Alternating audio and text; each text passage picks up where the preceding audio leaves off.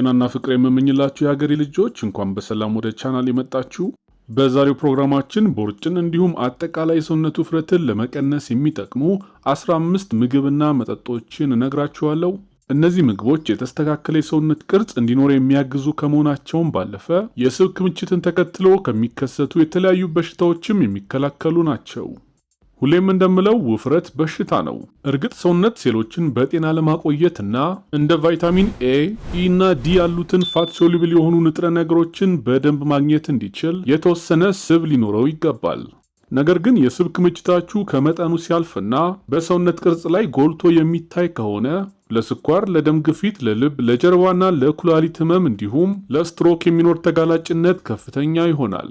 እዚህ ጋር መልካሙ ዜና ግን ውፍረትና ቦርጭ መቀልበስ የሚችሉ ጊዜያዊ ችግሮች ከመሆናቸውም ባሻገር እየተበላ እንደሚወፈረው ሁሉ እየተበላ መክሳትም የሚቻል መሆኑ ነው።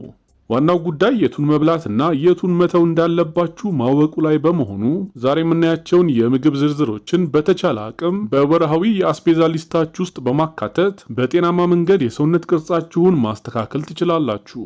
በነገራችን ላይ ስብን ለመቀነስ በማሰብ በቅድሚያ አመጋገባችሁን ሳታስተካክሉ ምንም ያክል ስፖርት ብትሰሩ ትርፉ ድካም ብቻ መሆኑን ልታውቁ ይገባል። ለማንኛውም ቦርጭና ውፍረትን ለመቀነስ የሚጠቅሙ 15 ምግብና መጠጦችን የምታውቁበት ቪዲዮ ነው የሚሆነው። እስከ መጨረሻው አብራችሁን ቆዩ። ወደ ዛሬው ጉዳያችን ከማለፋችን በፊት ለቻናሌ አዲስ ለሆናችሁ እንኳን በሰላም መጣችሁ ላለው አረፍ በሉ። ዶክተር አዲስ ነኝ። ሰብስክራይብ በማድረግና የዶላር ምልክት በመጫን በፍጹም ግልጽነት የማቅረብላችሁን ፕሮግራሞች መከታተል ትችላላችሁ። ነባር ቤተሰቦቼም ለምትሰጡኝ ድጋፍ በሙሉ በጣም አመሰግናለሁ። ሐሳቦቻችሁን ኮሜንት ላይ ማስፈር እንዲሁም በግል ልታገኙኝ የምትፈልጉ በምትመለከቱት የፌስቡክ አድራሻዬ ማንኛውንም ጥያቄና ሐሳብ ማቅረብ ትችላላችሁ። መልካም ቆይታ። ዶክተር አዲስ 15ኛ እርጎ። የሰውነት ስብን ለማጥፋት ሲታሰብ በፕሮቲንና ፋይበር የተሞሉ ምግቦች ላይ ትኩረትን ማድረጉ የሚያስፈልግ ሲሆን ከፍተኛ የፕሮቲን ይዘት ካላቸውና በቀላሉ ልታገኟቸው ከምትችሏቸው ምግቦች ውስጥ አንዱ እርጎ ነው። እርጎ ከፕሮቲን ይዘቱን ባሻገር በፕሮባዮቲክ የበለጸገ ምግብን በመሆኑ የምግብ መፈጨት ስርዓትን በማቀላጠፍና የአንጀት ጤናን በመጠበቅ ስብን ለማቃጠል የሚደረገውን ሂደት በከፍተኛ ሁኔታ ያፋጥናል። እርጎ ስንል ግን መውሰድ ያለባችሁ ምንም አይነት ማጣፈጫ ያልታከለበትን ንጹሑን ብቻ እንደሆነ ልትረዱ ይገባል። 14ኛ የገብስ ዳቦ። ለብዙዎች በቀን ውስጥ ዳቦን ሳይመገቡ መዋል የሚቻል አይደለም። ከፍላጎትም ባለፈ በተለይ ከሀገር ውጭ የምትኖሩ ከሆነ ዳቦን በየቀኑ መመገቡ ግዴታ ሊሆን ይችላል። ዳቦ በብዛት ተመጋቢ ከሆናችሁና ክብደትን መቀነስ የምትሹ ከሆነ ግን ሁሌም ልትመርጡ የሚገባው የገብስ ዳቦን መሆን ይኖርበታል። ገብስ ከፍተኛ የፋይበር ይዘት ያለው ሲሆን የኮሌስትሮል መጠንን ለመቀነስ ከማገዙም በላይ በደም ውስጥ የስኳር መጠንም ከፍ እንዳይል ያደርጋል። የገብስ ዳቦ የካርቦሃይድሬት መጠኑ በጣም አነስተኛ ሲሆን በቫይታሚን፣ ማዕድናት፣ ሴሌኒየም እና የተለያዩ ንጥረ ነገሮች የበለጸገ በመሆኑም ከተፈተገ የስንዴ ዱቄት ከሚሰሩ ዳቦዎች ፊታችሁን ወደ ገብስ ዳቦ ልታዞሩ ይገባል። 13ኛ ኮኮናት ኦይል። ከዳቦ በመቀጠል በየቀኑ ወደ አፋችን ከሚገቡት ነገሮች ውስጥ ሊዘነጋ የማይገባው ምግብን ለማዘጋጀት የምንጠቀምበት ዘይት ሲሆን ክብደትን በፍጥነት ለመቀነስ ካሰባችሁ መጠቀም ያለባችሁ የኮኮናት ዘይትን ነው። 50% የሚሆነው የኮኮናት ኦይል ይዘት MCT ወይንም ሚዲየም ቼን ትራይግሊሰራይድ የተሰኘ የስብ አይነት ሲሆን ይህ ስብም ጤናማና ገብቶ ከመቀመጥ ይልቅ ወደ ጉልበትነት በመቀየር ሌላ በሰውነት ውስጥ የተጠራቀመ ስብን ለማቃጠል የሚጠቅም ነው። እርግጥ ከተቻለ ዘይትን ሙሉ ለሙሉ አለመጠቀሙ የሚመከር ቢሆንም ያን ማድረግ የማይቻል ሲሆን ግን ካሉት አማራጮች ውስጥ ክብደትንና ቦርጭን ለመቀነስ የኮኮናት ኦይል ተመራጭ ነው። 12ኛ ቡና። ቡና በክብደት መቀነስ እና ቦርጭ ማጥፋት ትግል ውስጥ የምግብ ፍላጎትን በመግደል አይነተኛ አስተዋጽኦ ይኖረዋል። በተለይ የምግብ ፍላጎታችሁ ከፍተኛ ለሆነና ያን መቆጣጠር ለከበዳችሁ ሰዎች በጣም ጠቃሚ ነው። ጥቁር ቡና ኦልሞስት ምንም አይነት ካሎሪ የሌለው መጠጥ ሲሆን ሲጠጣም ባዶውን ቢሆን የበለጠ ተመራጭ ነው። ቡና በውስጡ በጣም ብዙ አንቲኦክሲደንትስ የያዘ ሲሆን ከዛም ውስጥ አንዱ ክሎሮጄኒክ አሲድ ወይንም CGA ይሰኛል። ጥናቶች እንደሚያሳዩትም CGA ምግብ ከበላችሁ በኋላ ወዲያው በሰውነት ውስጥ የሚለቀቀውን ግሉኮስ ለማዘግየትና የሰውነት የኢንሱሊን ሬዚስታንስን ለመቀነስ ይጠቅማል። እንግዲህ ኢንሱሊን በደም ውስጥ የስኳር መጠንን የሚቆጣጠረው ሆርሞን ነው። የሰውነት የኢንሱሊን ሬዚስታንስ ጨመረ ማለት ደግሞ በደም ውስጥ የስኳር መጠን ከፍ ስለሚል ታይፕ 2 ለሚባለው የስኳር በሽታ የመጋለጥ ዕድል ከፍ ይላል ማለት ነው። ስለዚህ ጥቁር ቡናን ያለ ስኳር መጠቀም እነዚህን ችግሮች ለመከላከልም ትልቅ አስተዋጽኦ ይኖረዋል። 11ኛ ፕሮቲን ፓውደር። እዚህ ጋር አንድ ነገር በጣም ግልጽ እንዲሆንላችሁ የምፈልገው ሁሌም ከቻላችሁ ፕሮቲንን ከምግብ ለማግኘት መሞከር አለባችሁ። ነገር ግን ለምሳሌ ምግብ ለማዘጋጀት ጊዜውን ካጣችሁ በቀን ውስጥ በቂ ፕሮቲን ለመመገብ የሚያስችላችሁን የምግብ ፍላጎት ወይንም አፒታይት ከሌላችሁ ወይንም በአለርጂና ሌላ የጤና ምክንያት እነዚህን ምግቦች በቀጥታ መመገብ የማትችሉ ከሆነ የፕሮቲን ፓውደርን መጠቀም ለእናንተ በጣም ጥሩ አማራጭ ይሆናል። 10ኛ ቡኒ ሩዝ። በተለይ በስደት ላይ ያላችሁ የሀገሬ ልጆች ሩዝ መመገብ ግዴታ እንደሆነ ይገባኛል። ስለዚህ በቻላችሁት አቅም ነጩን ትታችሁ ወደ ብራውን ራይስ መዞር ይኖርባችኋል። እርግጥ ሁሉንም ምግብ መጠቀም ቢከብድም ቢያንስ መቀየር የምትችሏቸውን ግን ለመቀየር መሞከር አለባችሁ። ብራውን ራይስ በጣም በፋይበር የተሞላ ሲሆን ለመፈጨትም ጊዜን ይፈልጋል። በተለይ ደግሞ ውፍረት ለማጥፋት ከዛም ቅርጽ ለማውጣት እና ሰውነት ለመገንባት ለምትፈልጉ ስፖርት ለምትሰሩ ሰዎች ካርቦሃይድሬት ለሚያስፈልጋችሁ ብራውን ራይስን ብትጠቀሙ ጥሩ ነው።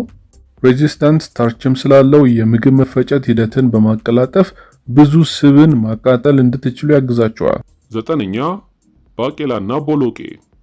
ባቄላ ሌላ የሆድና የአጠቃላይ ሰውነትን ስብ ለመቀነስ በጣም ጠቃሚ የካርቦሃይድሬት ምንጭ ነው። እንደምናውቀው ባቄላ ከእንስሳት ተዋጽኦ ውጪ ከሆኑ ከፍተኛ የፕሮቲን መጠን ካላቸው ምግቦች ውስጥም አንዱ ነው።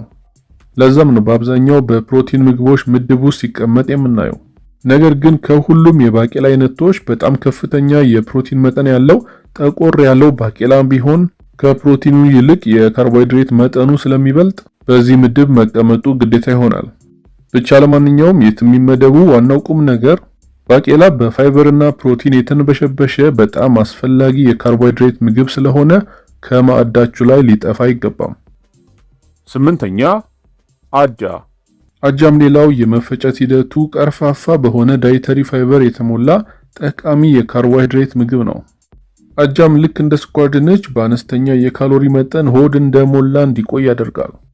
እንዲሁም የምግብ መፈጨትን ስለሚያቀላጥፍ በተለይ ፕሮቲን ያላቸውን ምግቦች በብዛት በምትወስዱበት ወቅት ጠዋት ላይ አጃን መመገብ በጣም ጥሩ አማራጭ ነው። በነገራችን ላይ አጃ ወይንም ኦትስ ስትገዙ ሁሉም እኩል ጥቅም እንደሌላቸው መረዳት አለባችሁ። ፍሌቨርድ የሆኑትና ተጨማሪ ስኳር የገባባቸው በፍጥነት የሚዘጋጁትን የኦትስ ምርቶች ለመቀነስ እየሞከራችሁ ከሆነ እንዳትጠቀሙ። ከዛ ይልቅ ፕሌን የሆነውን ኦትሚል በመግዛት ራሳችሁ ማብሰልና መቀመም የተሻለ ውጤት ይኖረዋል። 7ኛ ስኳር ድንች። ስኳር ድንች በአንጻራዊነት ዝቅ ያለ የካሎሪ መጠን ያለው ሲሆን ለመፈጨትም ጊዜን ስለሚወስድ ለብዙ ሰዓታት ሳይርባችሁ እንድትቆዩ ያግዛል። ሆዳችሁ እንደሞላ እንዲቆይ የሚያደርገው በውስጡ ያለው ከፍተኛ የዳይተሪ ፋይበር ሲሆን ይህ አይነቱ ፋይበር ደግሞ በአንድ ጊዜ ሆዳችሁ ውስጥ ሰፋ ያለ ቦታን በመያዝ ብዙ መመገብን ለመከላከል ጠቃሚ ነው። 6ኛ ቺክን ብረስት። በተለምዶ ሁሉንም የዶሮ ብልቶች በደፈናው የዶሮ ስጋ የምንል ቢሆንም እያንዳንዱ ብልት ያለው የፋትና የፕሮቲን መጠን ግን የተለያየ ነው። ቺክን ብረስትም ከሌሎቹ የዶሮ ብልቶች በበለጠ በጣም ንጹህ በሆነ የፕሮቲን መጠን የበለጸገ ሲሆን በትንሽ የካሎሪ መጠን የመጥገብ ስሜትን መፍጠርም ይችላል። እንደ እንቁላል፣ ቱና፣ ሳልሞንና ቺክን ብረስት የመሳሰሉትን የፕሮቲን ምግቦች መመገብ አላስፈላጊ የምግብ አምሮትንና ከመጠን በላይ መመገብን በ60% የመቀነስ አቅም አላቸው። ይህ በተለይ በወገባችሁ ዙሪያ ያለውን ስብ በፍጥነት ለመቀነስ ይረዳል። 5ኛ አረንጓዴ ሻይ። እንግዲህ እዚህ ጋር የብዙ ሰዎች ስህተት የፈለጉትን ምግብ እየበሉ ግሪን ቲ ደጋግመው ስለጠጡ ብቻ ውፍረታቸው የሚቀንስ ይመስላቸዋል። ብቻውን መፍትሄ ባይሆንም ዛሬ ያየን ካለናቸው ሌሎች ምግቦች ጋር በጋራ ሲወሰድ ግን የስብ መጠንን በፍጥነት ለመቀነስ ያግዛል። ለዚህ ደግሞ በውስጡ የሚገኘው ኢሲጂሲ የተሰኘው ኮምፓውንድ ትልቁን ሚና ይወጣል። ይህን ኢሲጂሲ ኮምፓውንድ ሰውነታችሁ ላይ ለውጥ በሚያመጣ መልኩ ለማግኘት ግን በቀን 3 ብርጭቆ ግሪን ቲ መውሰድ አለባችሁ። 4ኛ ሳልሞን።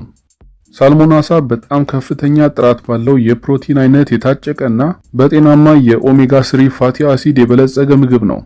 በተጨማሪም ቶሎ የመጥገብ ስሜትን የሚፈጥር ሲሆን በውስጡም ያለው የአዮዲን መጠን ታይሮይዳችሁ በአግባቡ ስራውን እንዲያከናውንና የሰውነታችሁ የምግብ መፍጨት አቅም ከፍተኛ እንዲሆን ያደርጋል። ሶስተኛ አፕል ሳይደር ቪኒገር። አፕል ሳይደር ቪኒገር ክብደት እንዲሁም በወገብ ዙሪያ ያለውን ስብ ለመቀነስ እንደሚጠቅም በጣም ብዙ ጥናቶች ያሳያሉ። እነዚህ ጥናቶች በእንስሳት ላይ የተደረጉና በሰው ላይ ሲሞከሩ ብዙም ለውጥ የማያሳዩት አይነት ሳይሆኑ በሰው ልጅ ላይ የተደረጉ ተደጋጋሚ ጥናቶች ናቸው። ከነዚህ ውስጥ ለ12 ሳምንታት የተደረገ አንድ ጥናት እንደሚያሳየው ከባድ ውፍረት ያለባቸው ሰዎች በቀን ውስጥ ከ1 እስከ 2 የሾርባ ማንኪያ አፕል ሳይደር ቪኒገር በመውሰድ ብቻ ከ1.2 እስከ 1.7 ኪሎ ግራም የሚሆን ክብደት መቀነስ ችለዋል። ከዚህም በተጨማሪ ከምግብ በኋላ በደም ውስጥ የሚፈጠረውን የስኳር መጠን መጨመርን ለመቆጣጠርና የካሎሪ መጠንን ለመቀነስ ይጠቅማል።